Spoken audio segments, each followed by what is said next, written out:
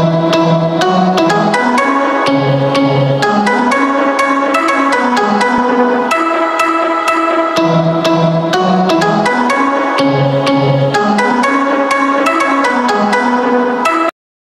guru semua, welcome to my channel. Di video ini aku bakal membahas tanya jawab tentang status info GTK atau guru dan tenaga kependidikan yang belum valid. Tapi sebelum kita membahas itu, jangan lupa untuk selalu klik tombol subscribe dan nyalakan tombol notifikasinya supaya kamu jadi yang pertama tahu kalau aku upload video. Selanjutnya, mari kita mulai. Yang pertama, yang aku perhatikan mengapa status info GTK itu bisa belum valid itu biasanya ada kasusnya seperti ini. Di situ tertera di info GTK, aku munculin sini ya, bebannya mengajar itu di sekolah induk 0 ya. Pokoknya semua yang berkaitan dengan beban mengajar itu dia statusnya 0 ya. Kenapa bisa jadi seperti itu? Yang pertama, karena biasanya sinkronisasi dapodiknya kurang sempurna. Nah, ini juga terjadi pada saya sekitar 1 bulan yang lalu ya, di bulan Maret. Pokoknya sinkronisasi terakhir masa di bulan Januari. Nah, ini biasanya kendalanya ada di operator, tapi jangan juga disalahin operator karena seharusnya kita ngawasin juga, itu kan data kita ya. Jadi harusnya diawasi apakah ketika sinkronisasi dapodik itu sudah sempurna atau belum sinkronisasinya ya. Kemudian selalu perhatikan di info GTK itu ada berarti itu sinkronisasi terakhir, yaitu terakhirnya di bulan apa, dan cocokkan sama operator itu terakhir sinkronnya di bulan apa. Oh, berarti dia sinkronnya bagus karena terbaca semua, karena itu berarti sinkronisasi terakhir. Seperti itu ya. Yang kedua, ini aku baca survei ya. Pengisian jadwal mengajar. Pengisian jadwal mengajar ini kan di dapodik ya semua. Makanya info GTK ini sangat berkaitan sekali dengan dapodik. Jadi, kalau kalian buka di dapodik menu jadwal atau rombel, kalau nanti aku sertain di sini ya, rombel atau jadwal, agak lupa-lupa. Terus di situ ada pembelajaran ya. Jadi kayak kita klik misalnya di kelas 1, saya guru kelas 1, nama Sri Ambia, kita klik pembelajaran. Di situ ada mata-mata pelajaran yang sesuai dengan kurikulum, karena saya menggunakan K13 ya, berarti sesuai dengan kurikulum 2013. Jadi bisa dilihat satu-satu. Nah, kurikulum 2013 kalau untuk saya ya di SD, dan saya itu guru kelas ya, kelas 1. Berarti saya ngambil mata pelajaran guru kelas SD, MI, itu yang saya ambil. Nah, itu udah linear 24 jam. Jadi itu saya ambil. Kemudian jangan lupa untuk melihat SK-nya ya, SK pembagian tugas. Jadi masukkan SK pembagian tugas yang paling terbaru. Minimalnya itu SK pembagian tugas 1 tahun 1 kali. Berarti di bulan Juli atau per semester ya, di bulan Januari 2020 ya, terserah. Pokoknya jangan sampai SK tersebut kadaluarsa. Kalau SK tersebut kadaluarsa biasanya tidak terbaca juga. Jadi tolong, kalau misalnya jam mengajar masih 0, coba diperhatikan lagi, mungkin kasusnya seperti itu. Tapi kalau memang ada kasus lain ya, yang lain boleh komen di bawah ya, mungkin ada kasus lainnya.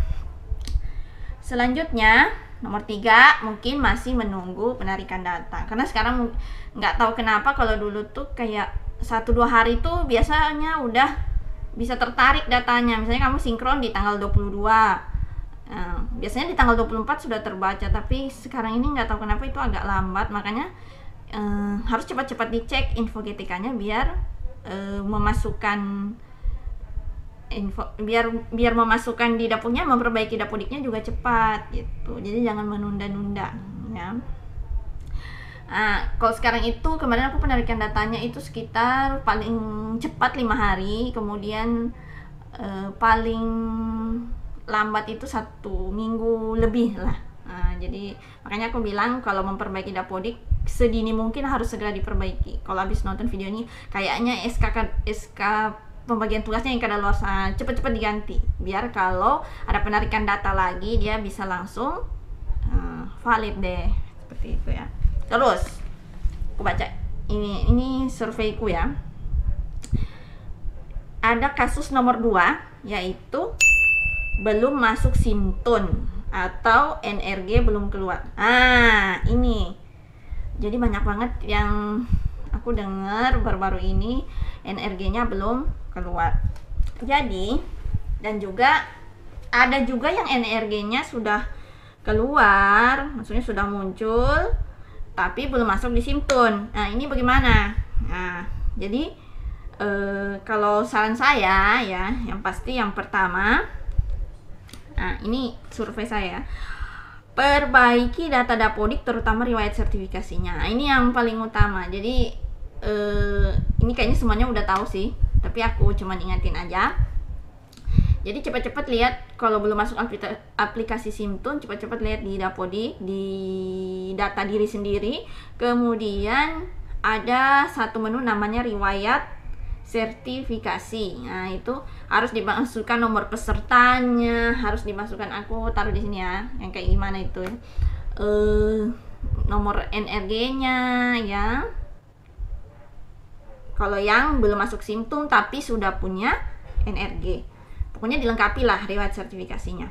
Terus ada juga yang belum, NRG-nya belum keluar padahal udah PPG di 2019.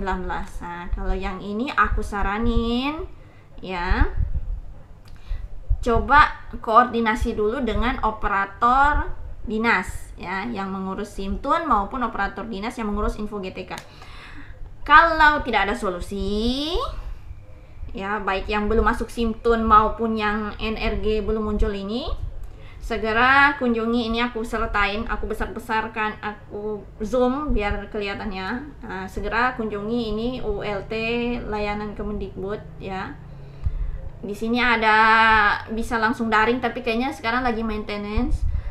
Bisa kirim lewat itu email aja. Jadi di sini ada pengaduannya. Ya, kirim sekitar ya 5-6 kali, pokoknya sebisa mungkin kirim banyak-banyak biar cepat direspon ya. Jadi nyatakan apa kesulitannya, NRG-nya, NUPTK-nya belum, NUPTK itu kan salah. NRG saya belum keluar, apa masalahnya ya, coba ditanyakan ke situ. Biasanya mereka langsung quick response sih, fast response sih. Tapi ya mudah-mudahan dengan corona ini bisa tetap fast response seperti itu. Begitu juga yang belum masuk SIM-tune tapi nggak ada solusi dari dinas.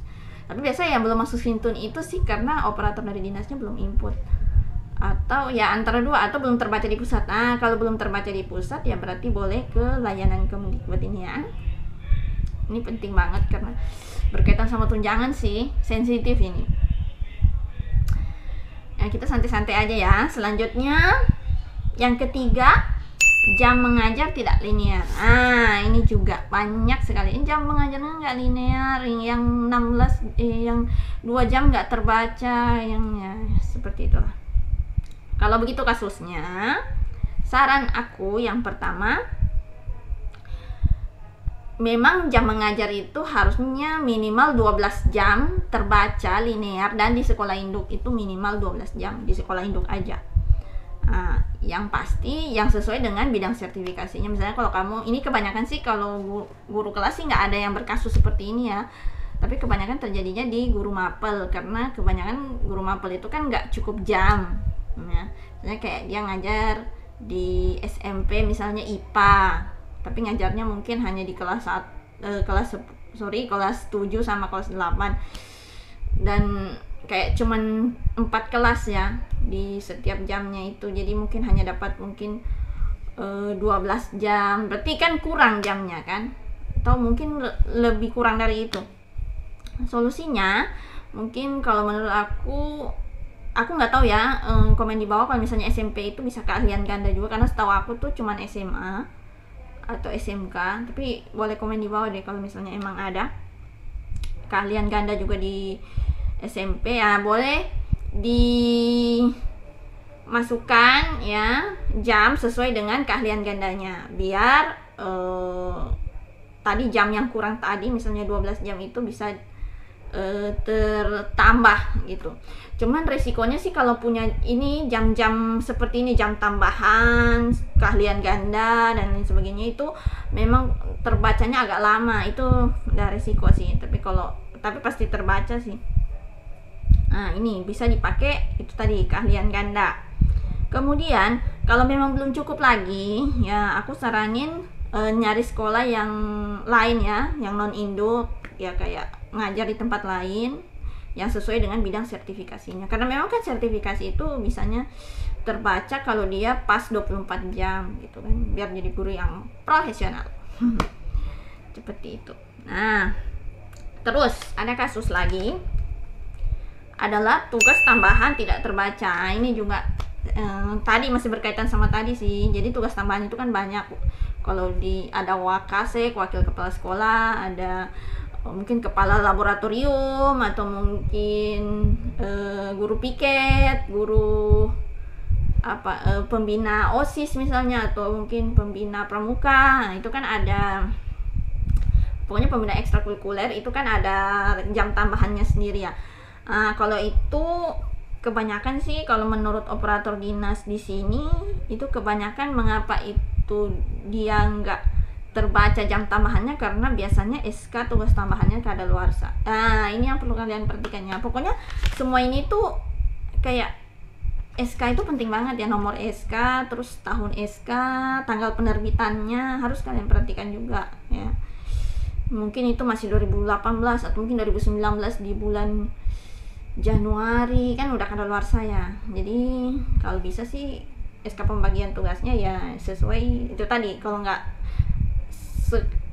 sekali setahun ya berarti sekali dalam satu semester. Nah, kalau masih belum juga terbaca, nah kalian boleh koordinasi sama operator dinas ya. Apa kira-kira yang salah, mengapa tugas tambahan saya tidak terbaca. Kemudian selanjutnya, nah ini yang terakhir yang aku baca, keaktifan sebagai PNS tidak terbaca. Nah, ini yang tanda seru kayak gini. Nah, ini sebenarnya kebanyakan terjadi pada yang punya NIP baru, alias pemburu NIP yang baru terangkat, atau PNS yang baru terangkat di 2019. Ini agak sulit sih, karena memang Info GTK itu selain terkait sama Dapodik, dia juga terkait kepada data-data yang ada dari BKN. Karena kalau kalian ada klik menu ini, itu wajib klik search itu untuk BKN, itu biasanya akan muncul TMT-nya berapa, kemudian dan lain sebagainya ya, kayak gini ya.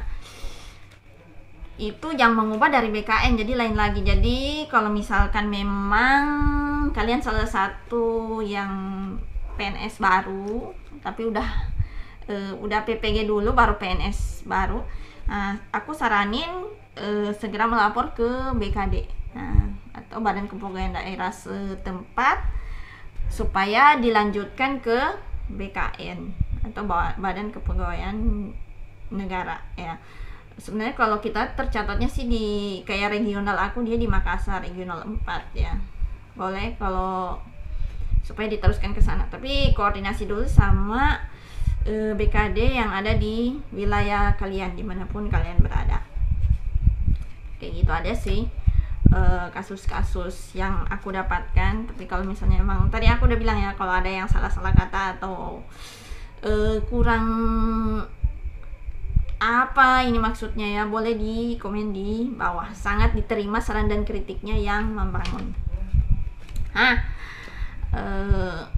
Aku ada beberapa tips ya, dan ini keresahan aku berulang-ulang kali, dan juga terjadi di aku, makanya aku kasih tips untuk Info GTK ini. Yang pertama, jangan memperbaiki data atau data Dapodik itu kayak terburu-buru, tiba saat tiba akal gitu. Misalnya kayak, oh ya ini udah mau ngeprint lagi Info GTK baru, jadi baru mau perbaiki Dapodiknya. Yang seperti itu kan akhirnya kita jadi nggak sabar, kenapa ini kita sinkron, kenapa ini nggak bener datanya seperti ini, padahal kita nggak ngurusin gitu loh dari pertama. Dan jangan tuh, nomor satu, jangan menyerahkan sepenuhnya sama operator gitu ya. Itu kan data kalian sendiri, harusnya kalau data kalian sendiri kalian ngelihat itu operator, oh yang ini salah input, yang ini kurang.